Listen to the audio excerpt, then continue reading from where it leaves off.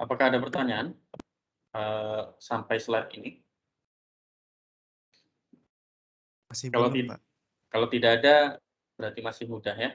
Mudah-mudahan karena paham ya. Kita lanjutkan di masih di menggabungkan fungsi, ya. Kemudian nanti scaling, shifting graph. Menggabungkan fungsi yang kedua adalah fungsi komposit. Fungsi komposit ini saya yakin kalian juga sudah dapat di SMA atau madrasah aliyah atau SMK. Apa itu fungsi komposit? Pada dasarnya, kalau misalkan kita punya F dan G, masing-masing adalah fungsi, maka fungsi komposit dari F dan G, ya, kalau F dikomposisikan dengan G, notasinya adalah F bundaran G seperti ini, ya, atau dalam bahasa Inggris disebutnya F composed with G, atau F dikomposisikan dengan G. Definisinya adalah seperti ini, ya. Jadi F dikomposisikan dengan G itu adalah F kita masukkan nilai fungsi dari G. Jadi F dari G dari X seperti ini. Nah, yang perlu diperhatikan adalah pada dasarnya F komposisi G dan G komposisi F itu pada dasarnya dua hal yang berbeda, ya. Jadi mereka tidak sama. Memang pada beberapa kasus bisa jadi sama. Contohnya kalau misalkan F adalah X dan G juga adalah X, maka F dari G dari X adalah X. Itu mau dibolak-balik F komposisi G atau G komposisi F sama. Tapi dalam kasus ini pada umumnya F komposisi G dan G komposisi F itu tidak sama, ya. Contoh fungsi komposisi adalah seperti ini. Misalkan kita punya Fx adalah akar dari X dan Gx adalah X plus 1. Kita diminta untuk mencari F komposisi G, kemudian G komposisi F, kemudian F komposisi F, kemudian G komposisi G. F komposisi G berarti F, ya, X-nya kita ganti dengan Gx. Nah, Fx itu kita punyanya adalah akar X kan ya. Berarti X-nya kita ganti dengan Gx, berarti kita punya akar dari Gx. Baru kita masukkan Gx-nya apa? Berarti kita punya F komposisi Gx adalah akar dari X plus 1. Domainnya apa sekarang? Domain dari F komposisi G itu bukan domain F, bukan juga domain G. Tapi domain yang merupakan irisan dari domain G yang range-nya ada di domain F.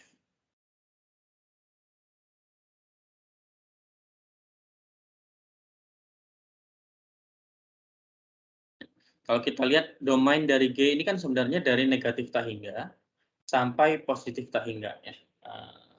Di contoh ini kita punya Fx sama dengan akar X, kemudian Gx sama dengan X plus 1.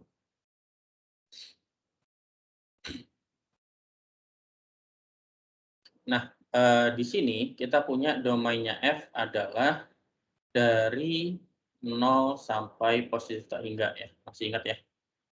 Kemudian domain dari G itu adalah dari negatif tak hingga sampai positif tak hingga. Sedangkan range dari F itu adalah lagi-lagi 0 sampai positif tak hingga di kasus ini, ya.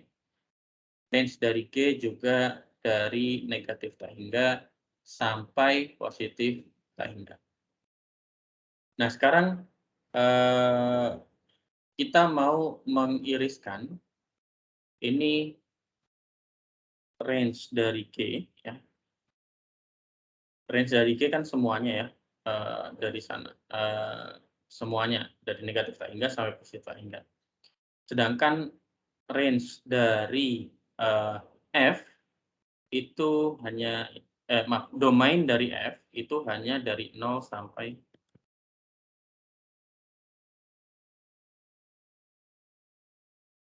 yang sebelah kirinya tidak termasuk. Jadi di sini adalah domain dari F. Ya, ini ke arah min tak hingga, ini ke arah tak hingga, domainnya F ini ke arah tak hingga, kemudian domainnya F juga ini dari 0 ya, 0 sampai ke tak hingga. Nah, sekarang yang kita cari adalah ini 0. Kita gambarkan juga domain dari G. Ini domain dari G. Min tak hingga sampai positif tak hingga. Tapi untuk domain G, ini kan ada sedikit pergeseran ya, bukan X aja, tapi X plus 1. Maka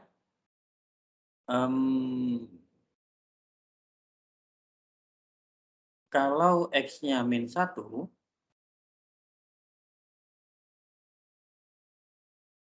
X-nya min 1, range dari G ini 0, ya kan ya? Maka kalau kita petakan ya kurang lebih dari domain G ini min 1 ke 0 dan seterusnya ya. Jadi ada sedikit miring. Nah, sekarang untuk menentukan domain dari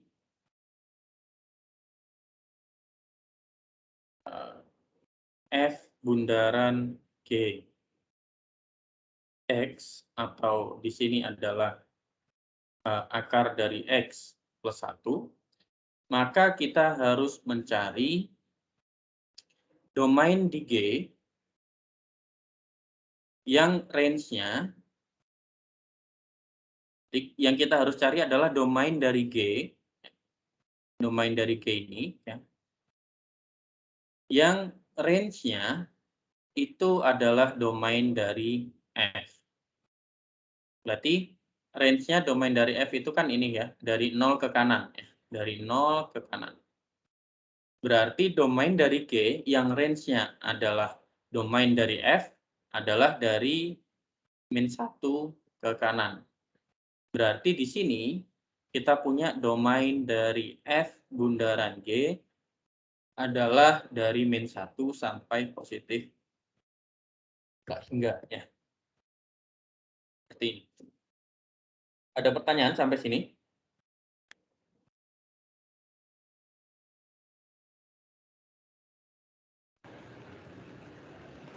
Saya ingin bertanya, Pak. Ya, silakan. Kenapa dari min 1, Pak? Nggak dari 0 aja, Pak? Ngambil domainnya, Pak. Kenapa nggak dari 0? Kenapa malah dari min 1 gitu ya? Karena ketika kita punya kombinasi fungsi, kita harus lihat untuk mencari domain dari kombinasinya, itu kita harus lihat domain dan range dari fungsi asalnya ya. Dari misalkan dari sini dari F dan G. Makanya kita harus tulis dulu nih, domain F apa, range-nya F apa, domainnya G apa, range-nya G apa. Setelah itu, ya, F bundaran GX, ini kan pada dasarnya kita punya F dari GX, ya kan? Nah, di sini, apa yang ada di dalam kurung ini, berarti GX ya, ini adalah isinya, nilainya harus memenuhi, ya, harus di dalam domain dari G,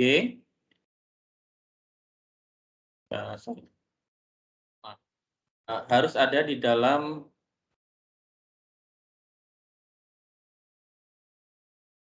range dari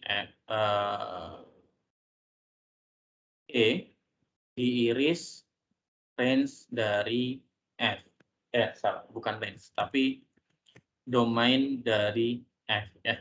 Jadi yang ada di dalam ini kan nilai fungsi dari Gx. Maka nilai fungsi dari Gx itu adalah ada di range dari G. Nah, untuk F ini terdefinisi, kita punya yang ada di dalam kurung ini harus ada di dalam domain dari F. Ya. Maka kita harus punya nilai Gx itu harus ada sekarang di dalam range dari G diiris dengan domain dari F. Makanya kita punya irisan ini. Ya. Range dari G kita ambil semua dari 0 sampai positif tak hingga. Yang negatif tak hingga ini sekarang tidak diperlukan.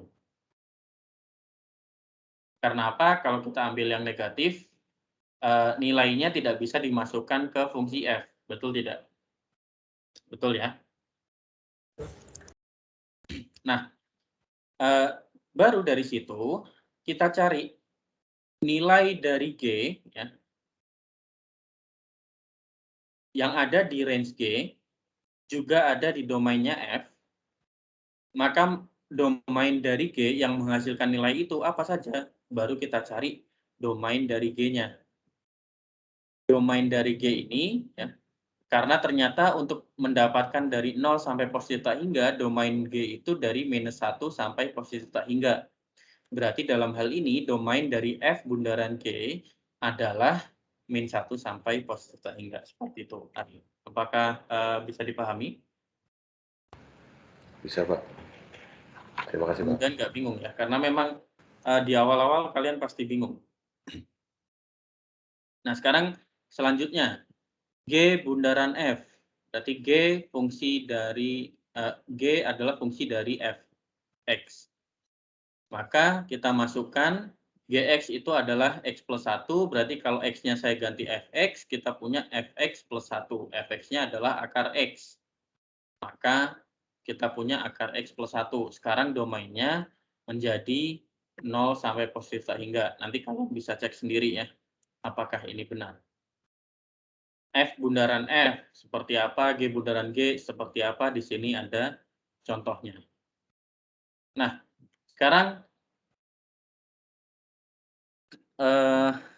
ini challenge buat kalian ya. Kalau fx adalah x plus 5 dan gx adalah x kuadrat min 3, apakah nilai dari f bundaran G 0?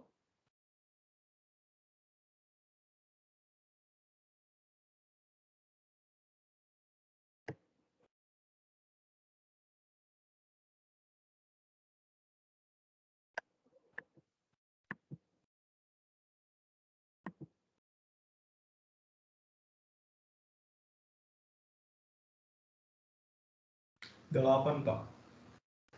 Nah,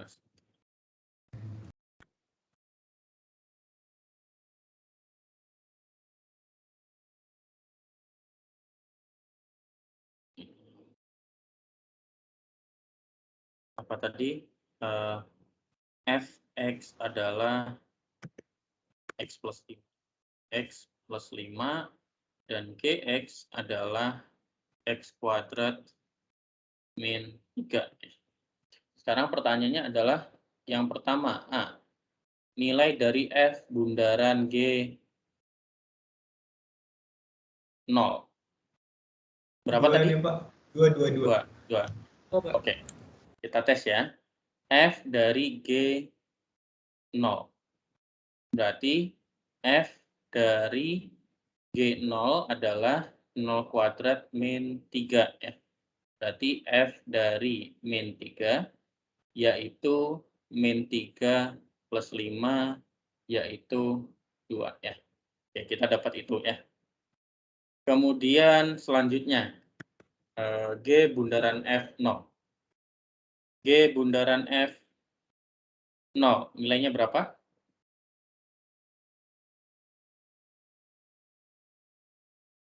28, Pak. 28. Kita tes ya. G bundaran F0 berarti kita punya G dari 0 plus 5 yaitu G dari 5 yaitu 5 kuadrat min 3. Berapa? 22. 22. Oke. Kita punya itu ya. Sekarang C. Apa itu bentuk dari F bundaran G X? F dari X kuadrat min 3. Berarti apa?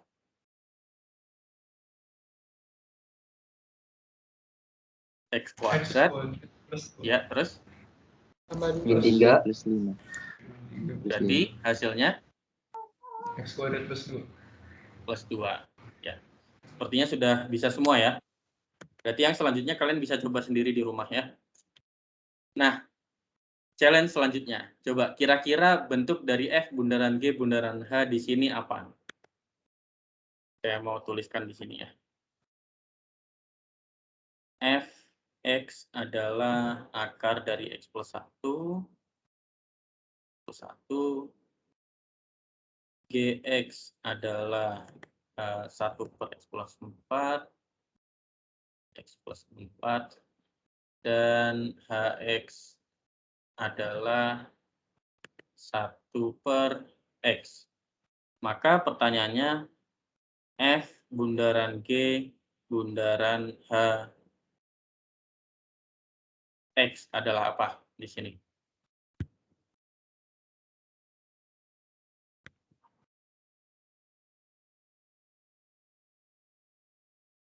Ada yang sudah dapat?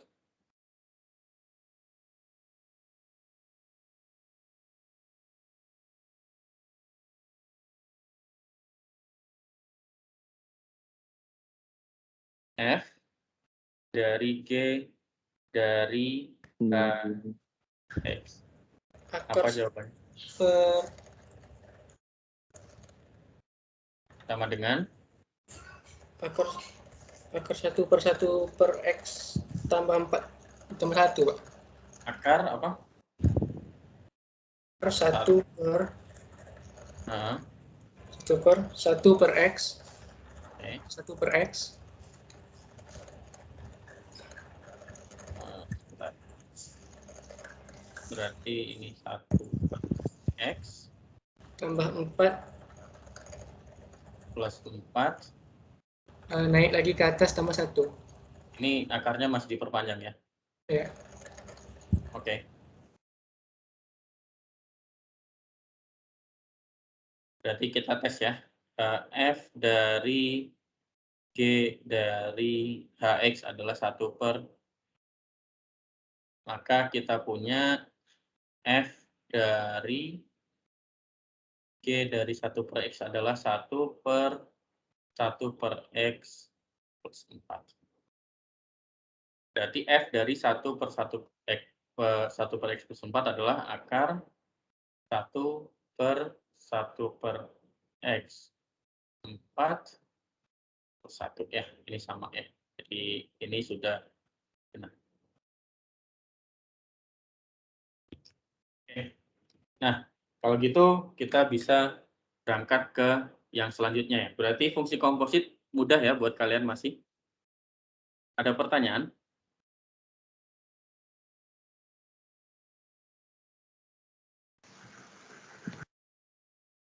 Ya.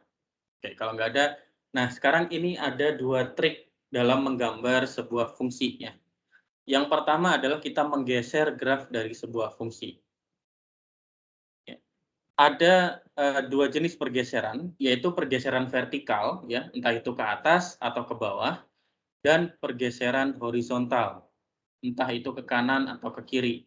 Nah, bagaimana melakukan pergeseran vertikal? Misalkan kita punya Y sama dengan Fx plus K. Ya. Kita punya graf dari Fx, misalkan. Kemudian kita tambahkan nilai dari Fx dengan K. Maka, kalau nilai dari K-nya positif, berarti kita menggeser graf itu ke atas. Kita geser ke atas sebanyak K unit. Kalau nilai dari K-nya adalah negatif, maka kita geser graf dari fungsi F ke bawah sejauh K unit. Sejauh mutlak K unit. Jadi yang perlu diperhatikan adalah vertical shift terjadi ketika kita tambahkan nilai dari fungsi dengan sesuatu bilangan, ya, dengan suatu bilangan. Jadi nilai fungsinya yang ditambahkan bilangan. Nah, bagaimana kalau variabel X-nya yang kita tambahkan suatu bilangan? Nah, kalau X-nya yang kita tambahkan suatu bilangan, maka grafnya itu akan bergeser ke kanan atau ke kiri. Nah, pertanyaannya bagaimana kita tahu gesernya ke kanan atau ke kiri? Kalau grafiknya, kalau konstanta H ini positif, maka dia geser ke sebelah kiri. Kalau konstanta H ini negatif, maka dia gesernya ke sebelah kanan. Kita langsung ke contoh ya. Kalau kita punya formula Y sama dengan X kuadrat, maka Y sama dengan X kuadrat plus 1 itu geser grafnya ke atas sejauh 1 unit. Saya pakai ini aja.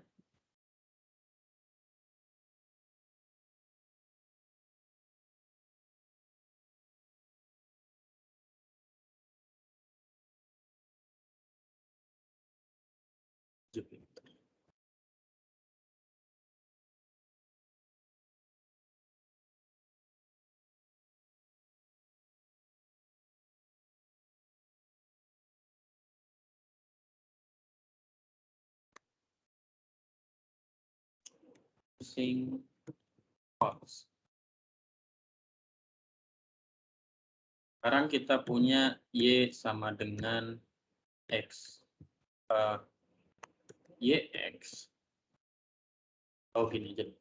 Fx sama dengan X kuadrat.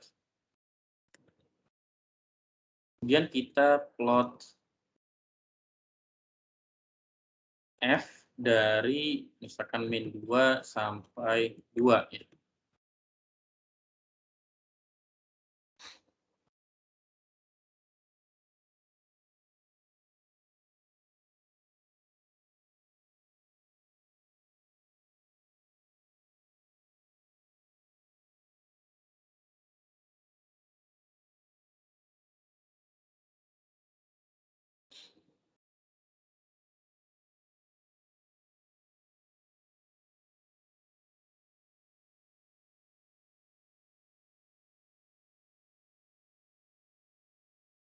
Maaf nih agak lama ya. Memang Jupyter Notebook ini kalau masih baru dinyalakan agak lama biasanya. Apalagi saya nggak pakai native bahasa asalnya, saya pakai Julia di sini. Jadi mungkin agak lama. Cuman kita lanjutkan ke penjelasan dulu ya. Jadi kalau kita punya Y sama dengan X kuadrat, maka grafik dari Y sama dengan X kuadrat plus 1 itu adalah grafik dari Y sama dengan X kuadrat, kita geser ke atas sejauh 1 unit. Nah, bagaimana dengan Y sama dengan X kuadrat min 2? Berarti grafik dari Y sama dengan X kuadrat itu kita geser ke bawah sejauh 2 unit. Kita punya ini ya, sekarang dia paling bawahnya adalah di 0 ya.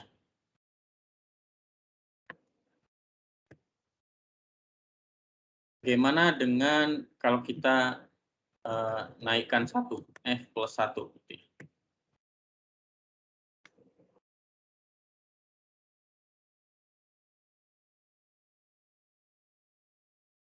Oh, gini deh, G. Berarti G X adalah F X plus 1. Jadi kita lihat ya, di sini ketika kita naikkan 1, Fx-nya kita geser 1, jadi ada plus 1. Fx-nya yang kita tambahkan 1, maka grafiknya itu geser naik ke atas sejauh 1 unit. Bel sama dengan F ini di L sama dengan F plus 1.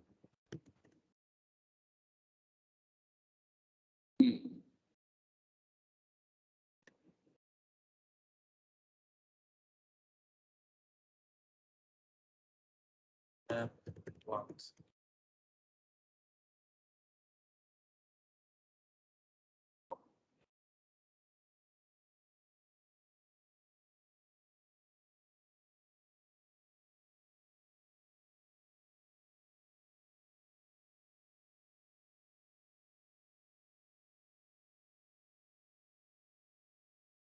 Contohnya.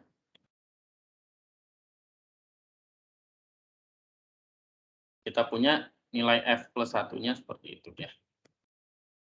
Ini X kuadrat, ini X kuadrat plus 1.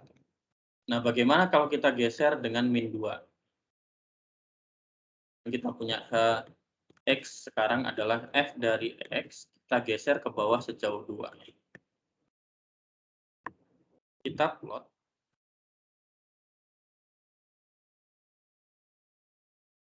Nah, ini sekarang min 2. Jadi, kalau dilihat, ya, ini plotnya sama semua ya.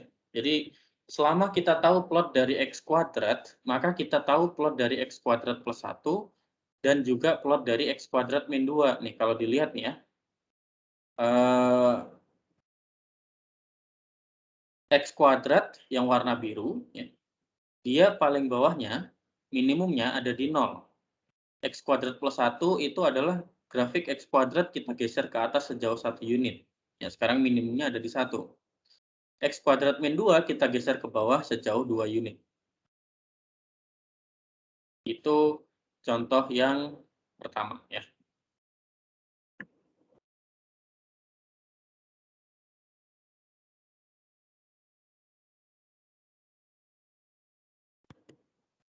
Nah, contoh selanjutnya adalah gimana kalau sekarang si X-nya yang kita tambahkan nilainya.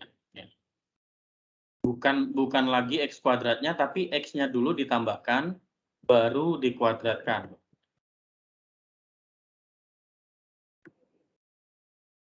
Sekarang misalkan ini Fx plus 1.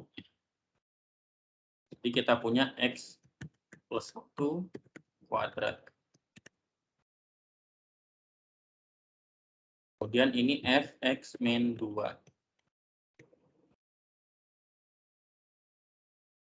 Pilihannya itu sekarang X min 2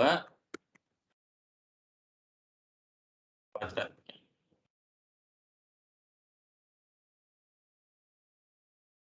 Oke, mungkin grafiknya adalah karena geser 1 ke kiri berarti min 3 sampai 1. Digeser 2 ke kanan dari 0 sampai 4. Ya. Jadi, ya. Kalau kita lihat di sini ya, ini yang kita geser sekarang adalah X-nya ya, bukan Y-nya ya. Bukan Fx-nya tapi X-nya. Yang pertama adalah Fx plus 1, berarti X-nya kita geser. Nah, kalau seperti itu, berarti X plus 1 ini kita apa aturannya? Kalau plus, berarti geser ke kiri. Berarti geser ke kiri sejauh 1 unit. Sekarang minimumnya tetap di 0, tapi nilai X-nya di situ adalah min 1. Bagaimana dengan ini? X min 2, berarti kita geser ke kanan sejauh 2 unit. Seperti ini. Grafiknya bentuknya sama. Kita bisa dapat grafik itu dari grafiknya X kuadrat. Sampai sini apakah ada pertanyaan?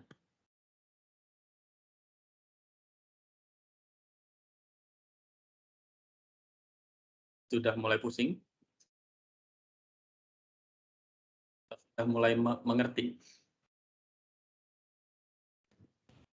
Pusing sih Pak kalau saya.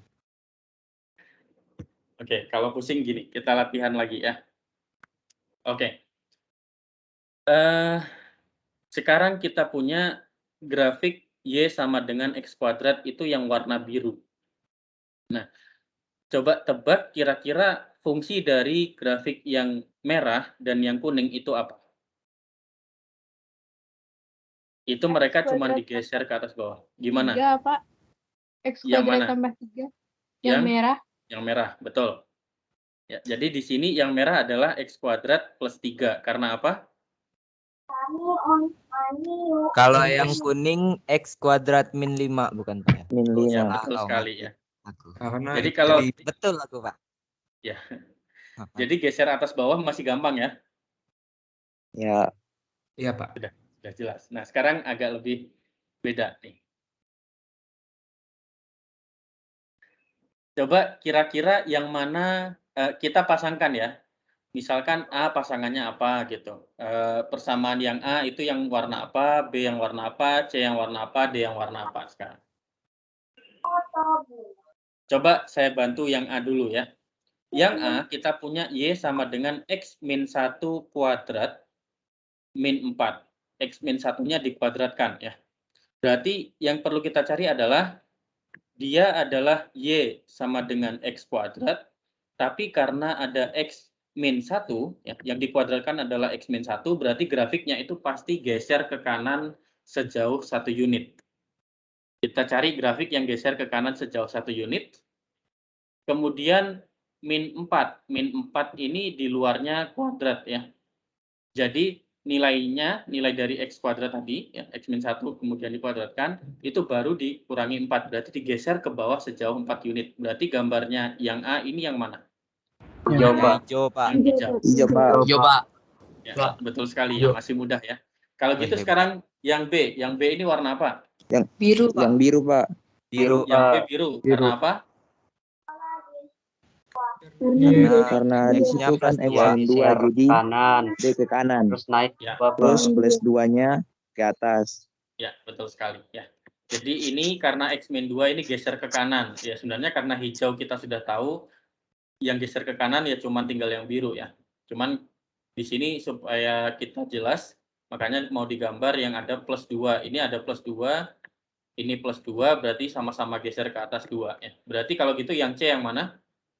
yang kuning, Merah, Pak. Yang merah. Merah, Pak. merah Pak.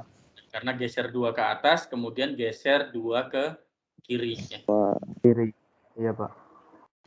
Berarti kalau gitu yang D adalah yang kuning. Masih mudah ya? Ya.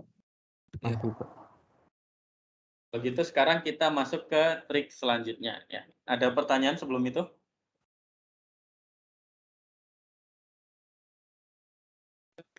Belum untuk saat ini saya nggak ada Pak. Oke. Sudah jelas Pak, ya dengan kalau contoh mengenai ya yang gimana? domain-domain itu masih bisa ditanyakan nggak, Pak? Yang domain-domain itu nanti kalian tanyain sama asisten ya. Oh, oke, Pak. Baik. Atau di luar kelas saja biar kita nggak terlalu molor. Oke, sekarang trik yang selanjutnya untuk menggambar fungsi atau mengidentifikasi sebuah fungsi dari gambar, yaitu scaling dan reflecting. Yang pertama scaling. Scaling ini artinya apa? Kita memperbesar atau memperkecil. Nah, cara scalingnya adalah gimana? Misalkan kita punya C itu lebih dari 1. Maka Y sama dengan C dikalikan Fx, itu grafnya itu kita perbesar ke atas sebanyak C. Dengan apa? Jadi grafnya itu nanti kita kalikan dengan C. Bagaimana dengan 1 per C? Itu berarti kita persempit ya. Jadi dari yang besar itu kita persempit sebesar C. Nah, kalau misalkan sekarang C-nya itu dikalikan dengan X, bukan dikalikan dengan fungsi F-nya. Maka itu kita masalah di memperlebar atau mempersempit grafik. Jadi kalau C kali X itu berarti kita persempit grafiknya secara horizontal. Kalau X per C di sini, karena C-nya lebih dari 1, berarti kita perlebar grafiknya. Nah, bagaimana dengan refleksi? Refleksi itu kalau C-nya sama dengan min 1, berarti kalau kita punya Y sama dengan min Fx, itu berarti direfleksikan terhadap sumbu X. Berarti kita balik ke bawah. Jadi misalkan Y sama dengan X kuadrat tadi ke atas gini, Kalau kita cari grafik dari Y sama dengan min X kuadrat, kita balik ke bawah ini. Kalau misalkan X-nya yang dinegatifkan, berarti kita bukan balik ke bawah, tapi kita balik, kita refleksikan terhadap sumbu Y ya. Jadi ya, terhadap Y. Contohnya seperti apa?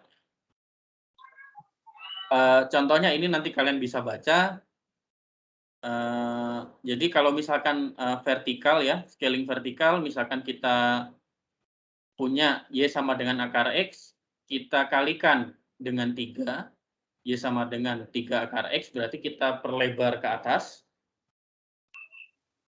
Kemudian kalau kita kalikan dengan sepertiga, berarti kita persempit secara vertikal.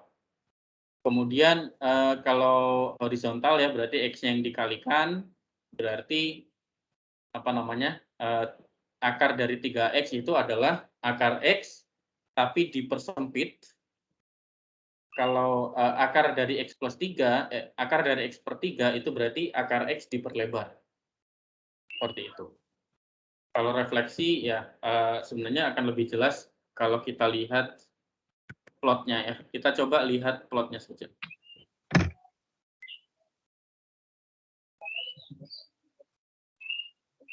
Nah, plot fx sekarang adalah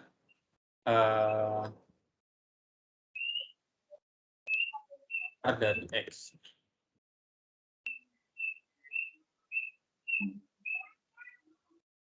Sekarang kita coba ini fx3 kali fx, kemudian 1/3 kali fx.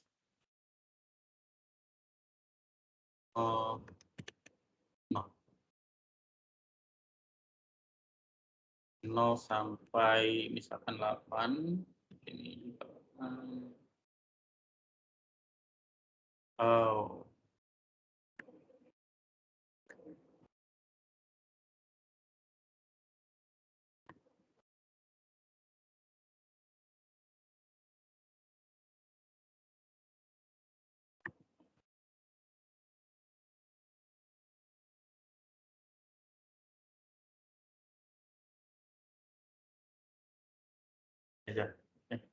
Jadi kalau kita lihat ya, jadi akar dari X itu adalah grafik yang ini, yang apa namanya, yang warna biru. Jadi ini berarti di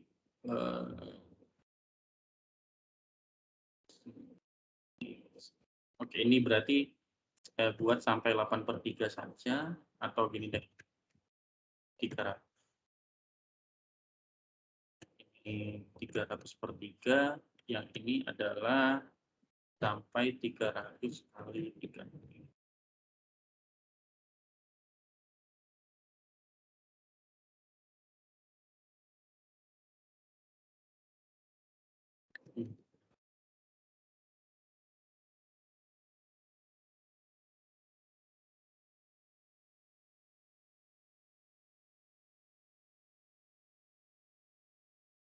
Akar dari X-nya itu sampai 10. Berarti 3 kali itu secara vertikal. Kalau secara vertikal berarti dibuat sama deh kalau gitu. Jadi kalau gini ya, kita bisa lihat kalau kita punya akar X itu yang warna biru, kalau kita kalikan dengan 3, dia jadi lebih tinggi ya, karena kita renggangkan secara vertikal, jadi yang warna merah. Kalau dikalikan sepertiga itu dia makin rendah. Jadi kita dapat yang warna hijau. Bagaimana kalau sekarang X-nya yang kita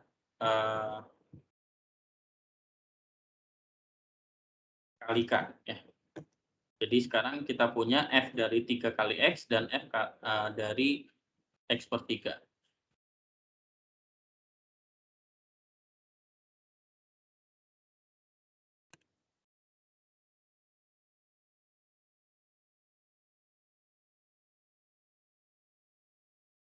Ini baru kita bisa lihatnya dengan ini. Kalau seperti ini ya, kalau kita lihat ya, yang biru, kemudian kalau misalkan kita kalikan dengan 3, dia jadi lebih sempit secara horizontal, ya, grafiknya makin ke kiri. Kalau kita kalikan dengan sepertiga, dia makin lebar secara horizontal, grafiknya makin lebar ke kanan, seperti itu. Ya. Mungkin ada satu contoh yang sudah ada gambarnya belum ya?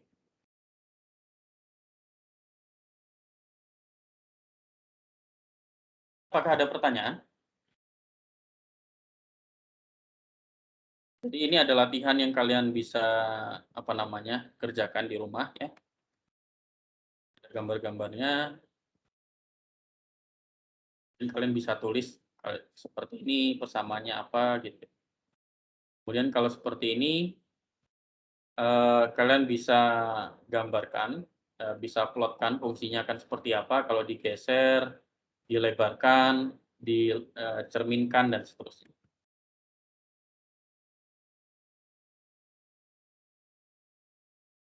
Ada pertanyaan sebelum saya beralih ke materi selanjutnya? Kalau tidak ada, saya beralih ke materi selanjutnya, yaitu fungsi trigonometri. Sudah siap?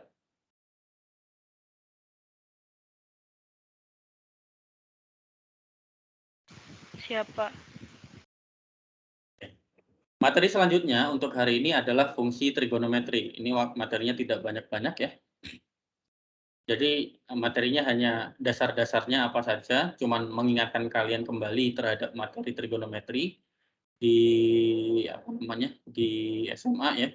Jadi sebenarnya kita ada di sini kan ya, pertemuan ketiga materi fungsi trigonometri ya. Cuman karena kemarin belum selesai, slide yang kedua baru kita bahas di sini. Oke. Apa saja dasar-dasar yang perlu kalian ingat ya. Di dalam kalkulus ya, atau lebih secara umum di mulai kuliah ini ya. Jadi sejak kalian kuliah kalkulus 1 ini sampai ke depannya, entah itu kalian masih kuliah atau sudah kerja, biasakan kalau kita bertemu dengan fungsi trigonometri itu inputnya adalah sudut dalam radian, bukan dalam derajat. Jadi mulai saat ini kalau saya bicara sin X, cos X, tangen X, secant X, cosecant X, kotangen X, dan seterusnya, itu saya selalu berbicara dalam radian, bukan lagi dalam derajat. Ya.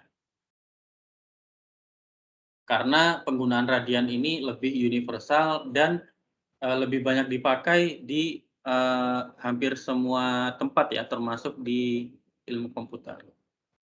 Nah, walaupun kita tahu di SMA itu kita belajar sudut di trigonometri itu pakai derajat, mulai sekarang kalian harus jadi pengikut saya. Pastikan kalian menjadi pengikut saya menggunakan radian, bukan menggunakan derajat. Karena nanti di kuliah-kuliah lain kalian akan menggunakan radian.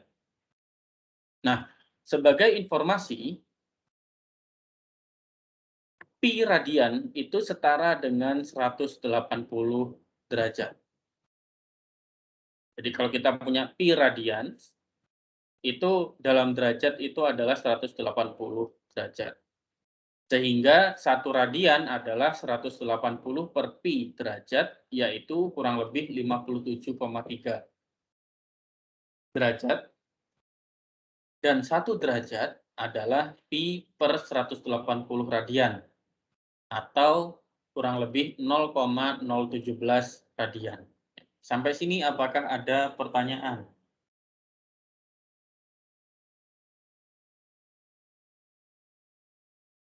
Pak, Ya. Dulu pernah diituin sama guru fisika, 1 radian itu sama nggak sama 1 putaran, Pak? 1 radian itu tidak sama dengan 1 putaran. Jadi kalau maksudnya mungkin kalau kita punya roda gitu ya, kita berangkat dari satu titik di sisi roda, kemudian kita keliling di roda itu, sampai kembali ke titik itu lagi, apakah itu sama dengan 1 radian atau tidak, gitu kan maksudnya? Iya, Pak. Nah, itu bukan 1 radian ya.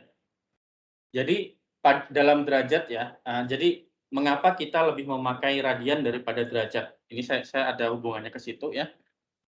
Kalau kita melihat lingkaran saja, mungkin saya plotkan ini.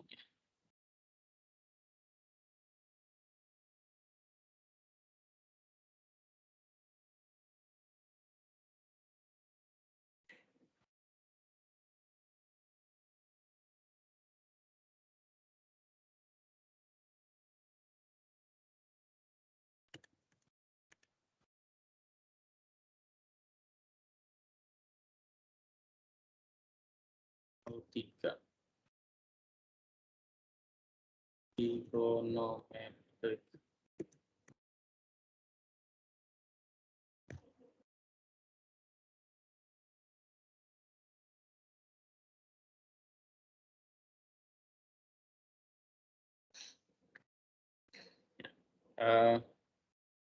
Misalkan saya punya koordinat kartesius ya, yang hanya dimensi 2 saja.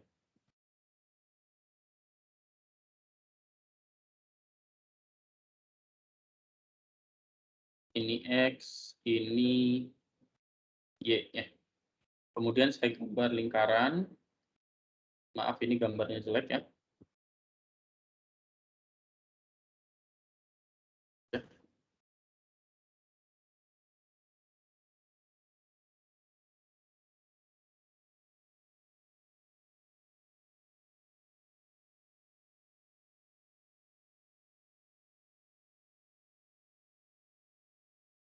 Susah bener gambar pakai pen ini.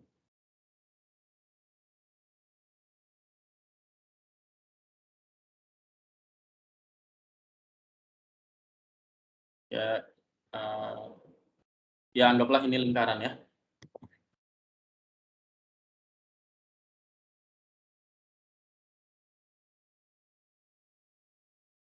Agak susah menggambar dengan pen ini.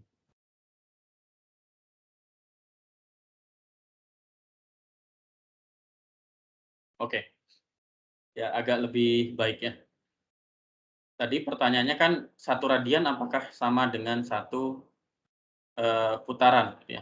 Nah ini kita anggap kita punya titik merah, kemudian kita berputar ya, sampai kembali ke titik asal. Ini adalah 1 putaran, betul? Iya, Pak. Nah, kalau dalam derajat ya, dalam derajat 1 putaran itu berapa derajat? 360 derajat, Pak. Dalam derajat 1 putaran itu sama dengan 360 derajat. Kemudian kita tahu bahwa pi radians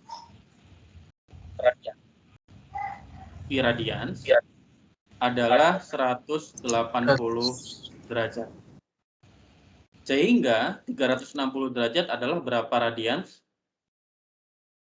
2 pi 2 pi radian, so.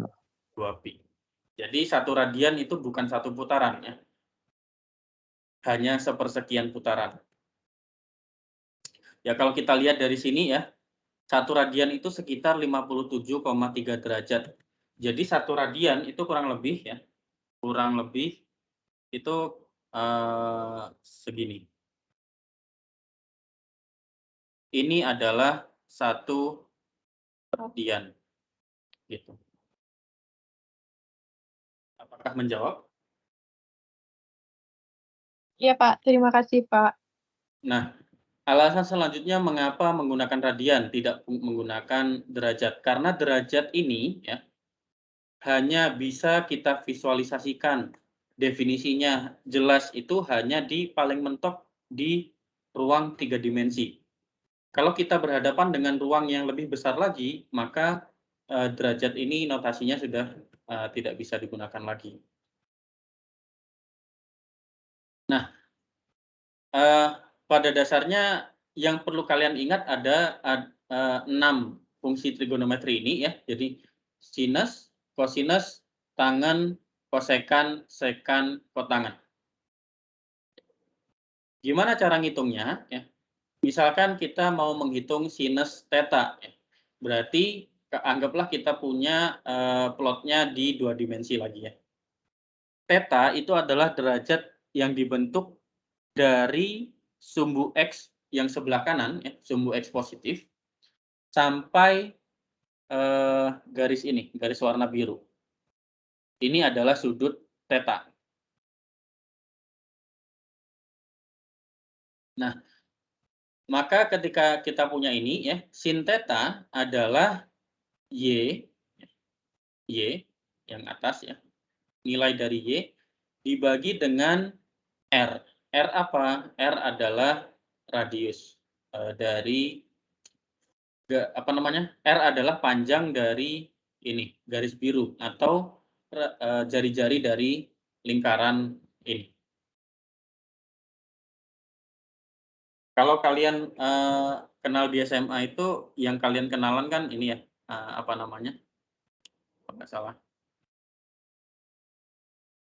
Yang kalian sudah kenalan itu kan pakai segitiga ya.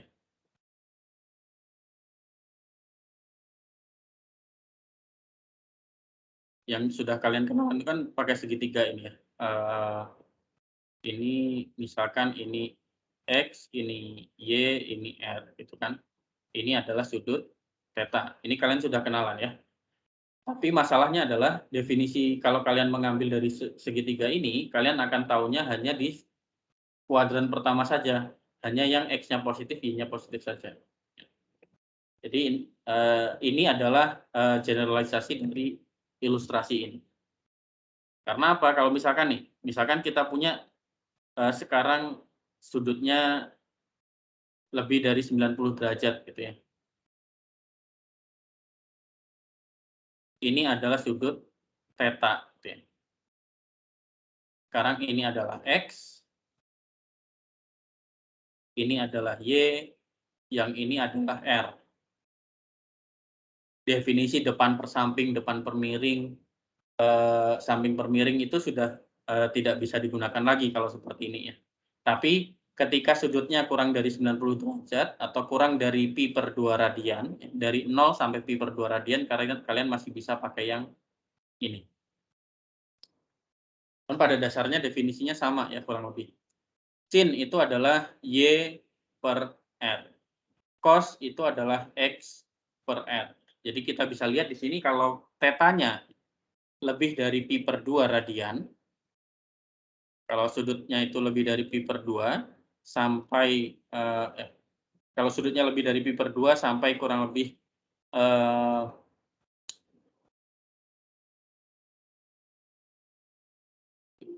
pi sampai kurang lebih 3 pi per 2 ini, yaitu sumbu Y negatif, itu nilai X-nya, nilai dari sinus kan negatif ya. Jadi kalau tetanya, strike that. Kalau tetanya dari 0 sampai pi, berarti kita punya nilai Y-nya, ya ini kan Y per R, Y-nya selalu positif. Atau sama dengan 0, atau bisa disebut sebagai non negatif ya. Jadi bisa 0, bisa positif. Maka nilai sin-nya selalu positif, selalu tidak negatif. Kalau misalkan tetanya sekarang dari pi sampai 2pi, nilai sin itu sekarang negatif. Kosinus juga seperti itu, cara mendefinisikannya adalah X per R. Sekarang X-nya berapa, R-nya berapa. Tangen itu adalah pada dasarnya sin dibagi cos ya, atau Y dibagi X. Nah, pertanyaan saya adalah apakah kalian sudah mengenal notasi, mengenal fungsi-fungsi ini, kosekan, sekan, dan kotangen di SMA? Sudah, Bapak. Udah, Pak. Ya. Kosekan adalah apa? Kosekan itu 1%. Satu per sin. persin. Kebalikan dari sin. Ya. Sekan adalah 1 per cos. 1 per cos. Kalau kotangan? 1 per tangan. 1 per tan. Oke. Sampai sini apakah ada pertanyaan? Persin. Kalau tidak ada beberapa formula yang kalian perlu kuasai. Ya. Tapi sebenarnya kalau kalian sudah terbiasa, ini akan kalian akan ingat formula-formula ini di luar kepala. Ya. Yang pertama adalah identitas trigonometri.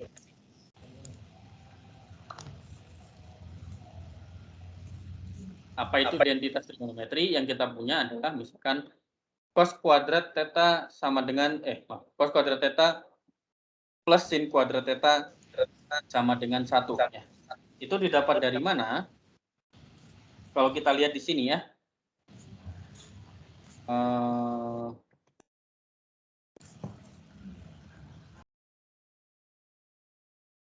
Kita punya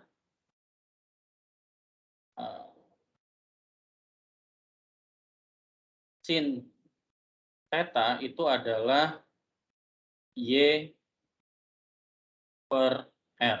Sedangkan cos theta itu adalah X per R. Ya. Maka kita punya Y itu adalah R sin theta dan X adalah R cos theta. Nah, dari sini ya, dari ilustrasi ini kita tahu bahwa pengambilan nilai Y dan R itu selalu dari titik ya, titik yang ada di lingkaran. Sehingga radiusnya selalu sama ya. Maka kalau kita ambil persamaan lingkaran, kita punya X kuadrat plus Y kuadrat sama dengan R kuadrat. Betul nggak? Masih ingat persamaan lingkaran? Masih ya? Masih, Pak. Nah, terus ini kita ganti X kuadratnya apa? X-nya adalah R cos theta. Kita kuadratkan, ditambah Y-nya adalah R sin theta. Kita kuadratkan, ini sama dengan R kuadrat. Berarti kita punya R kuadrat cos kuadrat theta plus R kuadrat sin kuadrat theta sama dengan R kuadrat. Berarti kita punya R kuadrat kali cos kuadrat theta plus sin kuadrat theta sama dengan R kuadrat. Baru bisa kita coret. Maka kita punya cos kuadrat theta tambah sin kuadrat theta itu sama dengan 1. Ya. Kita punya identitas trigonometri yang pertama. Untuk yang kedua, gimana caranya dapat yang kedua?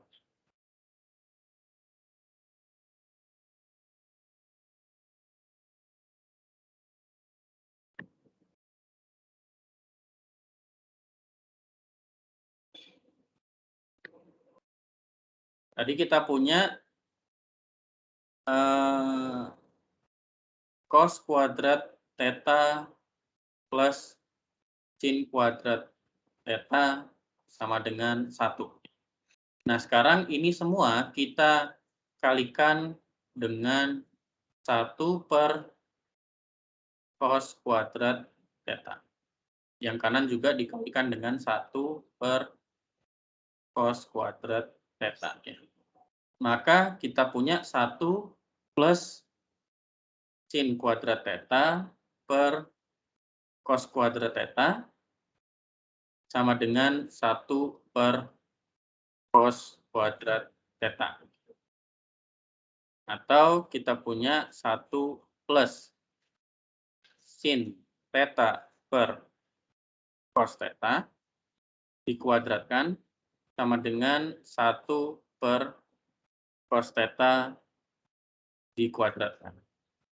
Nah, dari sini baru kita dapat 1 plus tangen kuadrat theta sama dengan secant kuadrat theta. Identitas yang kedua. Identitas yang ketiga gimana? Untuk dapat identitas yang ketiga, dari yang kedua ini kita bagi dengan tangan kuadrat theta sebelah kanan kiri ya. Atau dari yang pertama kita bagi dengan sin kuadrat theta. Nanti kita dapat identitas trigonometri yang ketiga. Nah, formula lain yang perlu kita ketahui ya terkait fungsi trigonometri adalah ini ada di pelajaran SMA ya. Sin A plus B adalah sin A cos B plus cos A sin B. Berarti kalau misalkan kita punya sin A min B berarti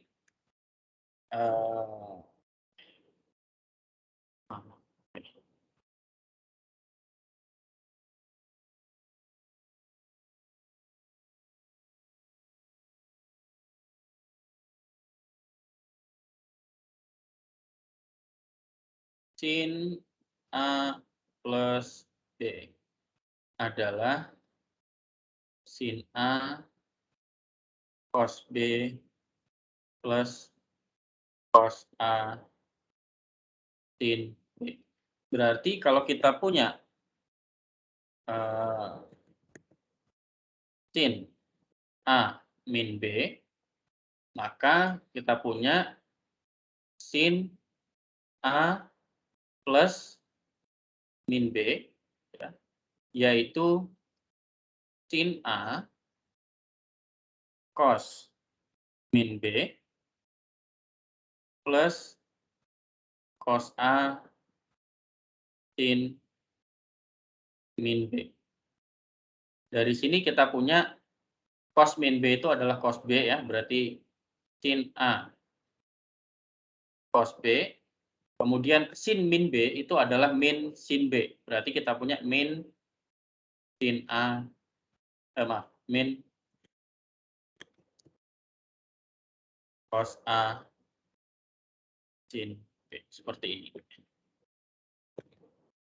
Gitu juga yang kedua, cos A plus B itu kita bisa balik ya. Kalau misalkan cos A min B itu kita punyanya sekarang menjadi cos A cos B plus sin A sin B. Karena kita pakai proses yang saya ilustrasikan di sini tadi. Kemudian ada beberapa formula lagi ya. Misalkan formula double angle. Formula double angle ini apa? Maksudnya cos 2 theta itu adalah cos kuadrat theta min sin kuadrat theta. Sin 2 theta itu adalah 2 sin theta cos theta. Didapat dari mana? Didapat dari sini. Didapat dari addition formulas. Berarti sin 2 theta itu kan sin theta plus theta. Berarti kita punya itu cos 2 theta, cos theta plus theta. Berarti kita punya itu. Kita dapat yang double angle formula. Kalau half angle formula itu adalah ini. Misalkan kita punya cos kuadrat theta itu bisa dijadikan menjadi 1 plus cos 2 theta per 2. Sin kuadrat theta itu bisa menjadi 1 min cos 2 theta per 2. Ya, mengapa double angle? Ini karena di sini sudutnya yang di atas itu yang di sebelah kirinya sama dengan itu sudutnya 2 kali yang di sebelah kanan. Yang bawah kenapa half angle? Karena yang di sebelah kirinya sama dengan itu sudutnya setengahnya yang sebelah kanan. Yang half angle formula ini kalian bisa dapat dari atas ya, dari yang double angle formula dengan trigonometric identities. Nah, jadi sebenarnya tidak sulit prosesnya, kalian bisa lakukan sendiri. Yang penting lagi ya, yang mungkin kalian akan kesulitan untuk mendapatkan ini secara sendiri ya, makanya saya tuliskan. Ada hukum dari cosinus. Misalkan kita punya ABC sudut dari sebuah segitiga.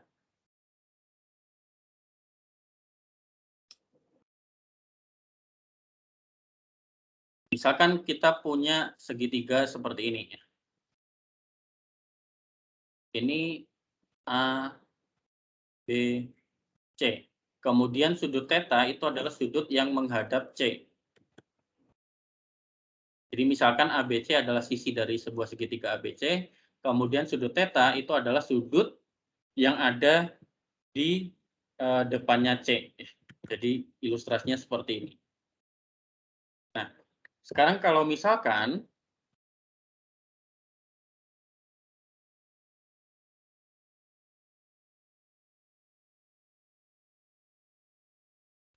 kita punyanya apa namanya?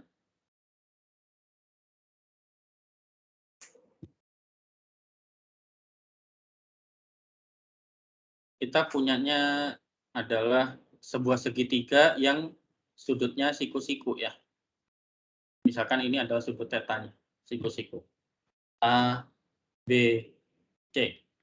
Berdasarkan rumus Pythagoras, kita punya rumusnya seperti apa?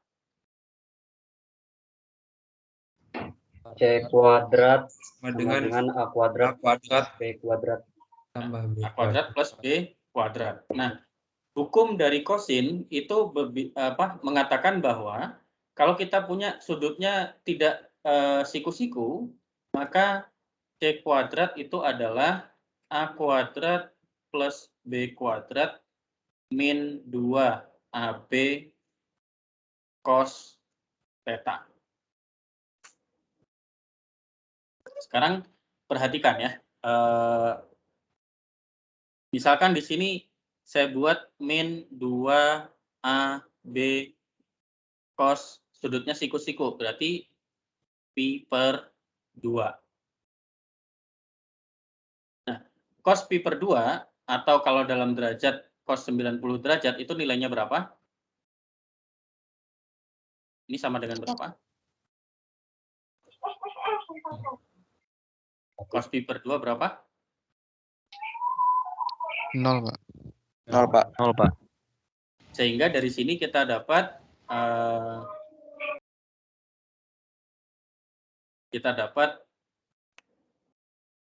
C kuadrat sama dengan A kuadrat plus B kuadrat min 0, ya kan? Jadi sama dengan A kuadrat plus B kuadrat. Nah, kita dapat balik ke rumus Pythagoras ya. Jadi pada dasarnya rumus umumnya adalah hukum kosinus yang seperti ini. Rumus umumnya. Sampai sini apakah ada pertanyaan?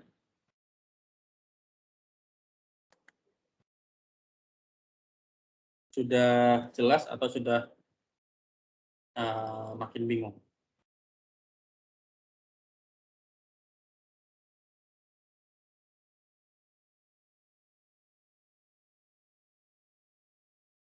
Sudah makin jelas, makin bingung?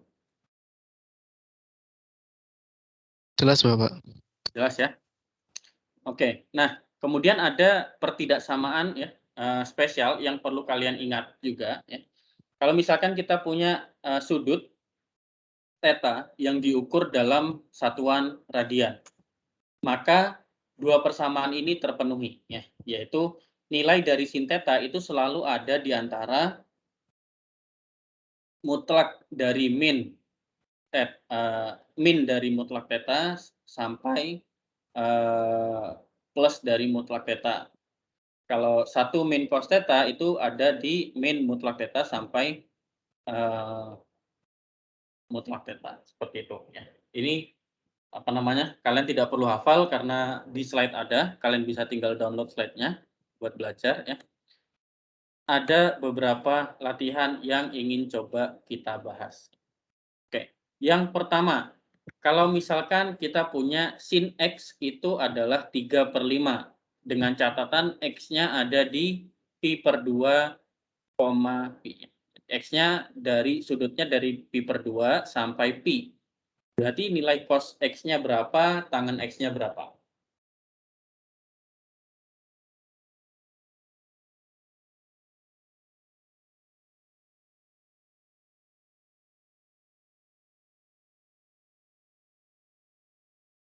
Pak.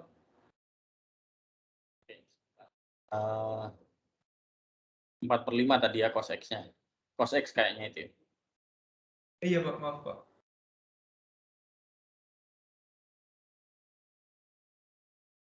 Oke, sekarang kita punya sin X sama dengan 3/5 dengan X-nya ada di Pi per 2 sampai Pi. Kalau kita gambarkan di koordinat kartesius dengan gambar lingkaran saya yang jelek itu tadi ya. Kita gambar lingkarannya dulu nih.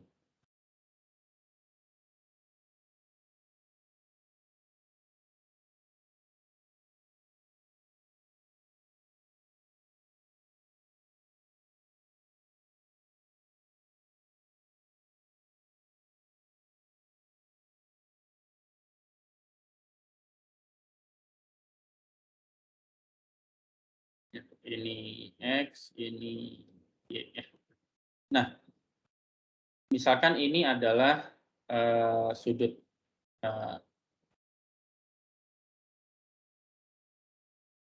X bukan Y. Oke. Misalkan ini adalah sudut X. Ya. Maka X ada di Pi per 2 sampai Pi, itu dia ada di kuadran yang keberapa? 2, Pak. Kuadran 2, itu yang berarti yang kiri atas ya. Iya, Pak. Berarti kita punya dia ada di kuadran 2 yang kiri atas. Nah, sekarang sin X adalah 3/5. 3/5. Ya, anggaplah di sini ya.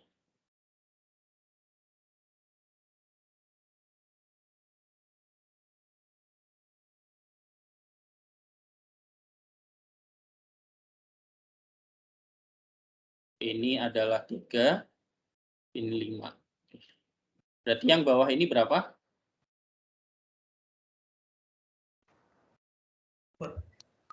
Min 4, Pak. Min 4. Min 4 ya. Berarti kalau gitu sekarang cos X-nya berapa? Min 4/5, Pak. Min 4/5. Tangan X-nya? Min 3/4. Min 3/4 ya. Jelas ya untuk contoh yang pertama? Ada pertanyaan? Boleh contoh lagi, Pak. Kayaknya masih belum. Ya, masih banyak contohnya, tenang aja. Oke, yang kedua silakan dicoba. Kalau misalkan cos X itu adalah 1/3. Dengan X itu ada di min Pi per 2 sampai 0. Maka sin X-nya berapa, tangan X-nya berapa?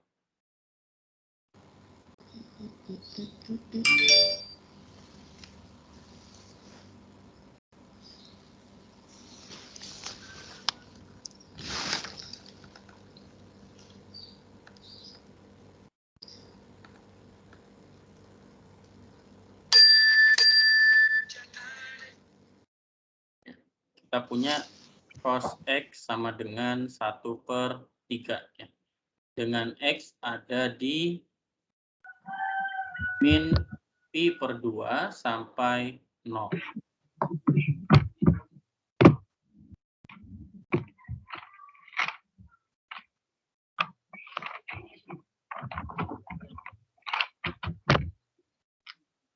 Oke, ada yang tahu berapa sin X-nya? Berapa tangan X-nya?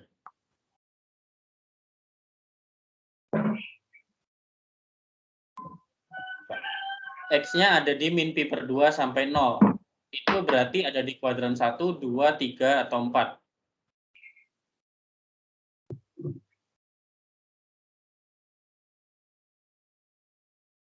Kuadran 4 ya, Pak? Kuadran 4 ya, karena min Pi per 2 itu kan yang ke atas ya. Min Pi per 2 berarti yang ke bawah. Kemudian kita geser sampai 0 gitu kan, dari sini ke sini gitu ya. Berarti kita punya sekarang gambarnya, bentuk segitiganya seperti apa?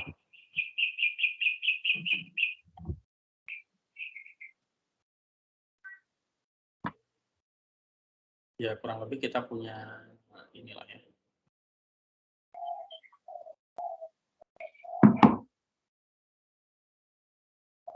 Ini ya. Anggaplah ini X gitu ya. Kemudian kita punya cos X 1/3, berarti 1/3. Berarti di sininya berapa? Yang Y-nya, yang ininya, yang vertikalnya?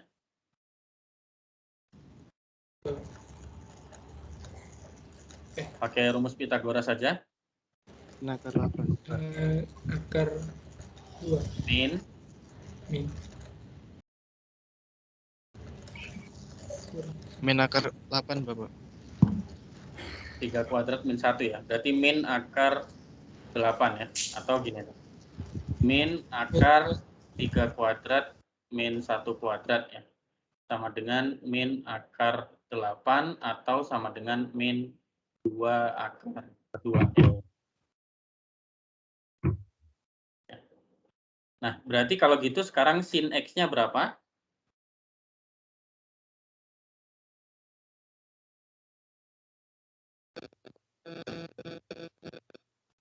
Min 2 akar 2 per 3.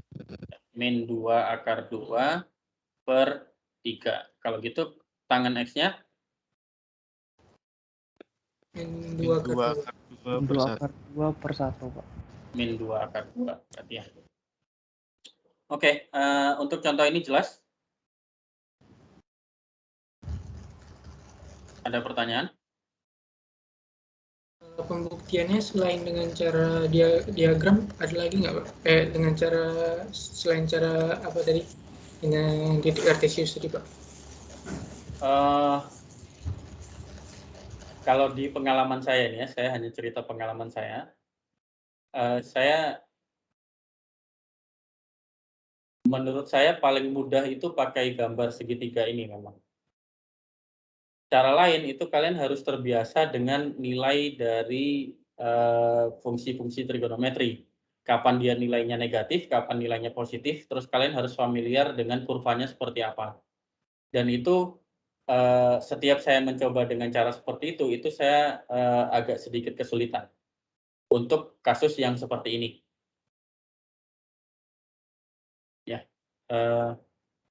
jadi cara lain mungkin saya tidak menyarankan. Kalian bisa cari sendiri, tapi saya tidak menyarankan. Gitu ya.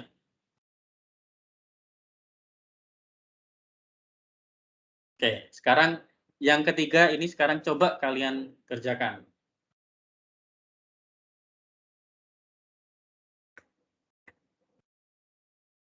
Sin X-nya berapa, cos X-nya berapa?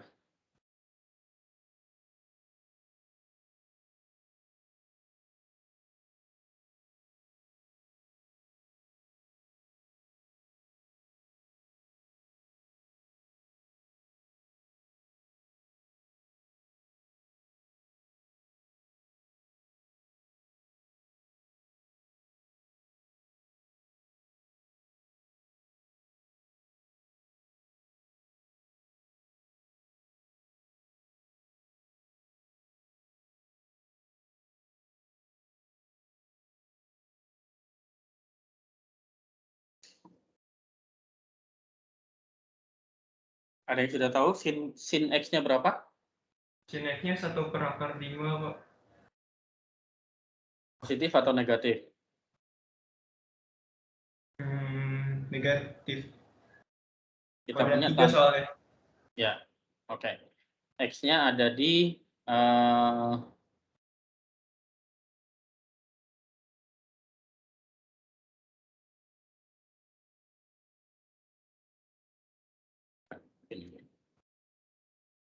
X-nya ada di Pi sampai 3Pi per 2 ya. Ini berarti kuadran 3.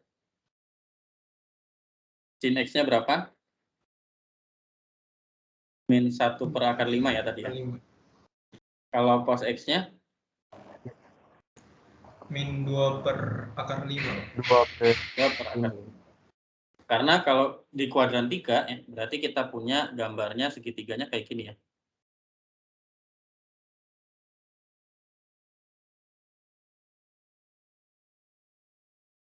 Sudutnya di sini, X. Kemudian kita punya tangan X itu 1 per 2. Berarti 1 per 2. Tapi karena ke sebelah kiri dan ke bawah nilainya negatif ya. Baru kita cari miringnya berapa, ternyata miringnya adalah akar 5. Kalau miringnya ini selalu positif karena radius ya, sehingga kita dapat sin X-nya negatif, cos X-nya negatif. Jelas ya? Ada pertanyaan sampai sini?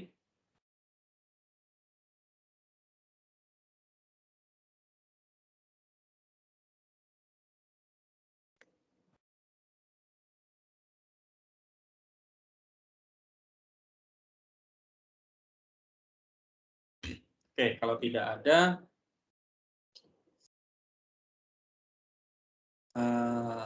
kita ke challenge selanjutnya. Nah, di selanjutnya ini kalian, saya lupa ada berapa lagi ya. Oh, harusnya ini.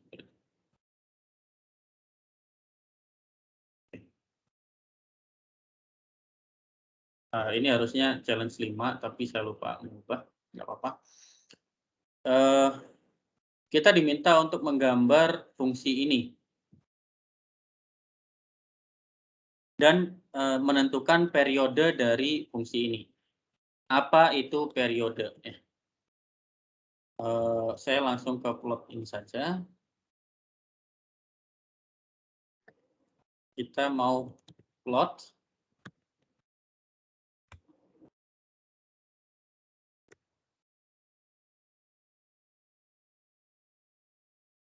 kali X dari 0 sampai 2 pi.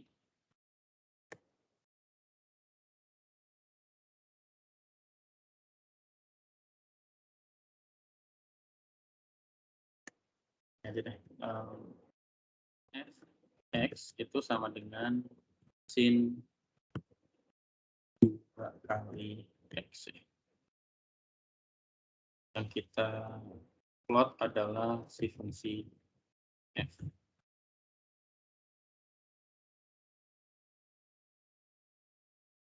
Kemudian, oke, nanti dulu. Kita plot dulu ya. Kita punya plot sin 2X. Itu adalah seperti ini.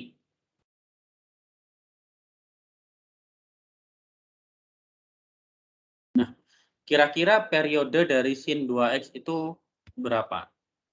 Periode itu apa?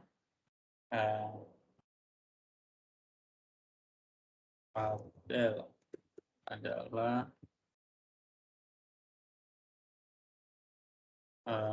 X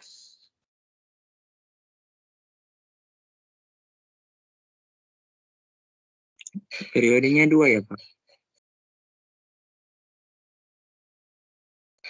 Ya betul.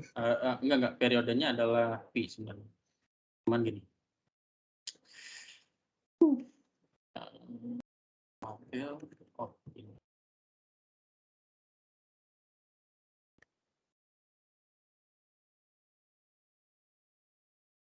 Ini.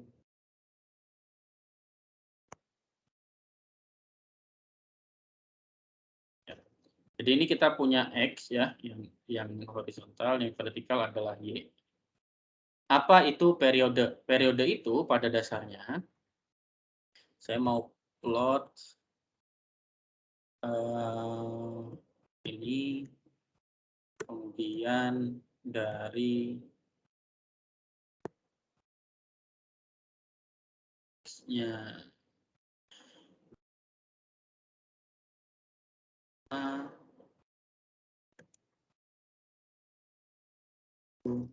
satu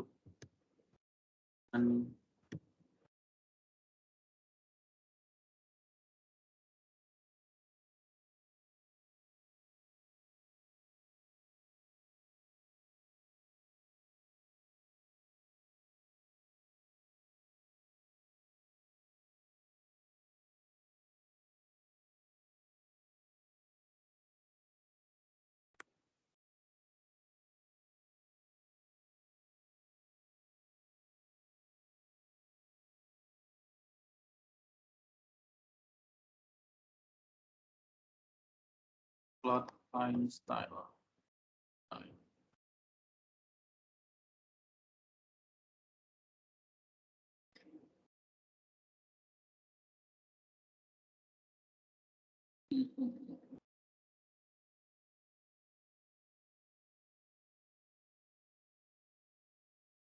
LS.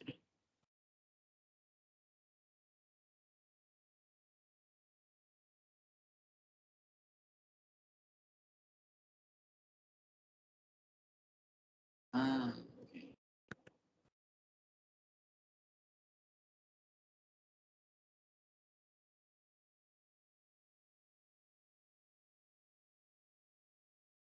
W-nya 3.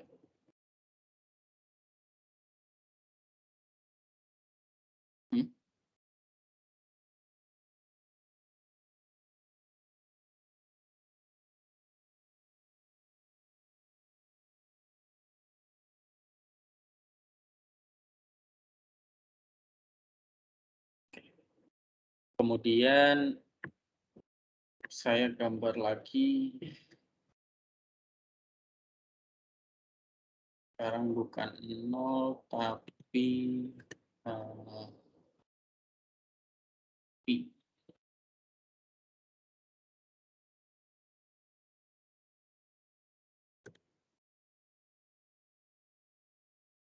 Ini 2 pi.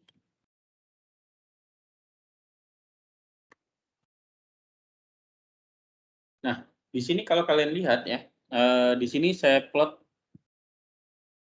ada pi gitu ya. Saya plot sin 2x. Kemudian setelah kita plot, ternyata dia grafiknya itu berulang. Berulangnya itu setiap interval berapa ukurannya? Jadi kalau dari 0, dia setelah berapa, dia grafiknya berulang? 3. Bukan 3 ya, tapi di sini pi ya. Oh, pi.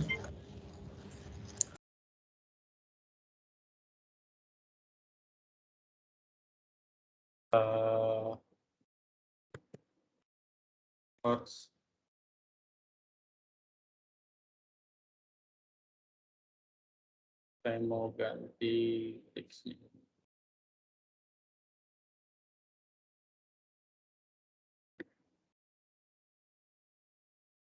Lihat plot.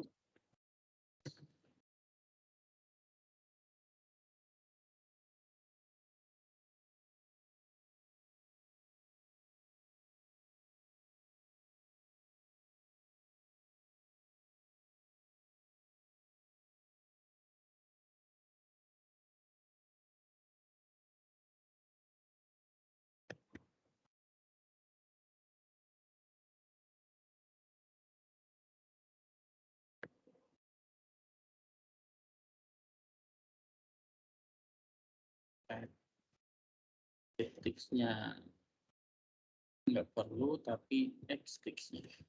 X-nya adalah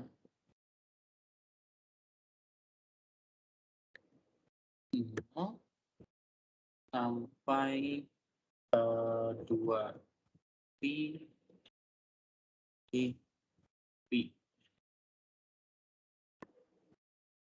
Di sini 0, kemudian di sini adalah pi.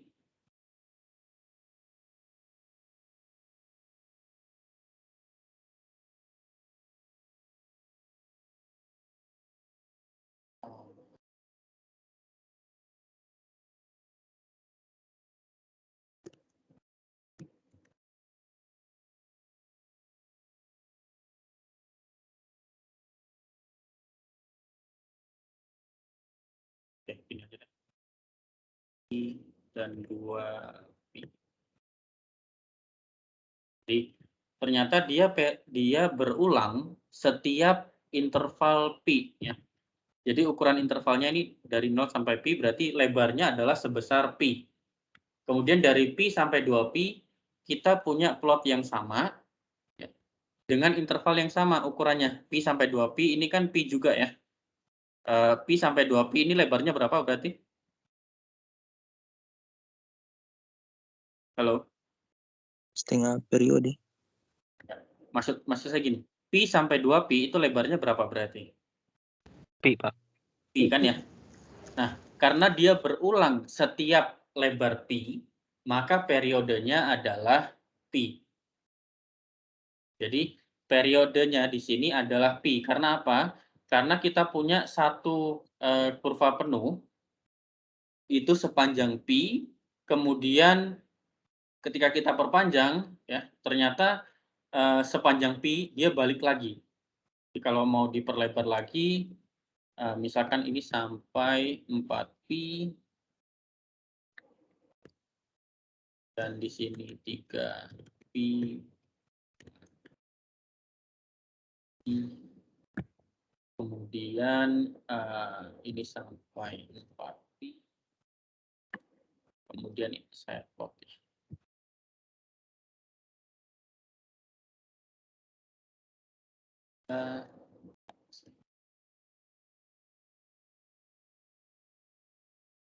Kalau dilihat di sini kan lebih kelihatan ya.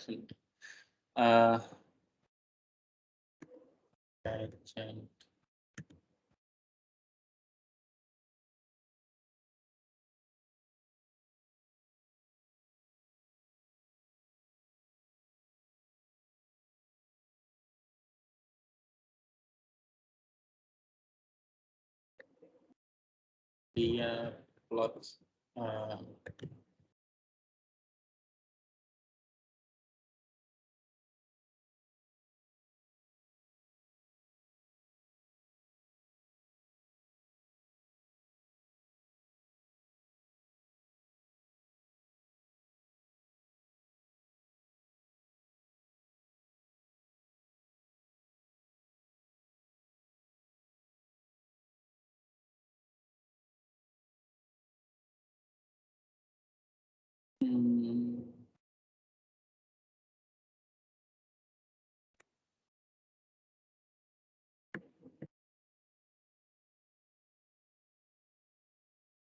how to set off the legend.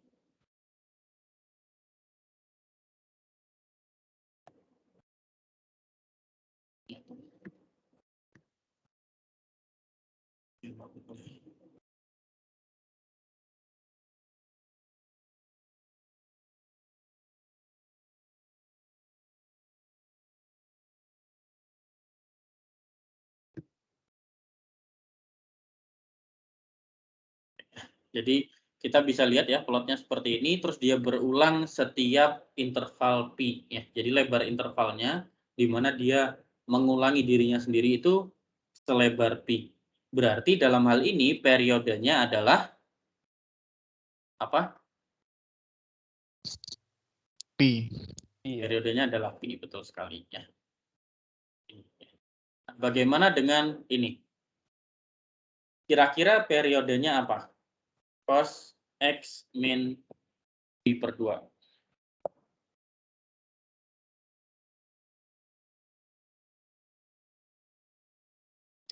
Kira-kira periodenya apa?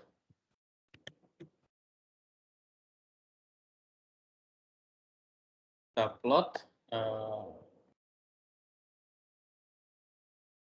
X min pi per 2. Ya. Kemudian kita plot dari 0 sampai 4 pi. Ya. Ternyata plotnya adalah seperti ini ya. Kemudian di sini berarti periode dari cos X min pi per 2 adalah 2 pi. 2 pi. Betul sekali ya. Ada pertanyaan sampai sini?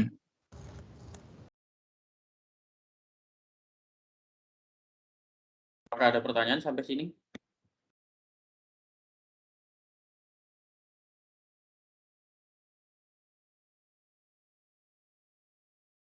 Kalau tidak ada pertanyaan, ya ini ada beberapa latihan yang kalian bisa kerjakan di rumah. Nanti kalian juga bisa bahas dengan asisten, ya.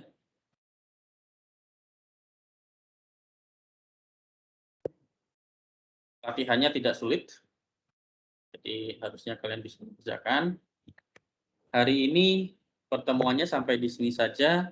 Dan sebelum saya tutup, sekali lagi saya mau tanya, apakah ada pertanyaan atau tidak? Pak, saya mau nanya, Pak. Siapa? Oh, Ahmad. Kalau boleh tahu asistennya siapa, Pak? Nah, itu saya kurang tahu. Yang ngurusin Pak Rangga. Oke, Pak. Kirain ya. Makasih, Pak. Sama. Ada lagi? Ya, mungkin asistennya dari angkatan 2020 atau 2019 ya. 2020 berarti siapa ya kira-kira? Nggak tahu. Karena tahun lalu bukan saya yang mengajar di ilmu komputer. Ada pertanyaan lagi selain itu? Kalau tidak ada, kuliahnya saya akhiri sampai di sini ya. Sampai bertemu di hari Kamis. Assalamualaikum warahmatullahi wabarakatuh. Selamat sore. Waalaikumsalam warahmatullahi Terima kasih, Pak. wabarakatuh. Waalaikumsalam. Terima kasih, Wah, Pak. Terima kasih, Pak. Terima kasih, Pak.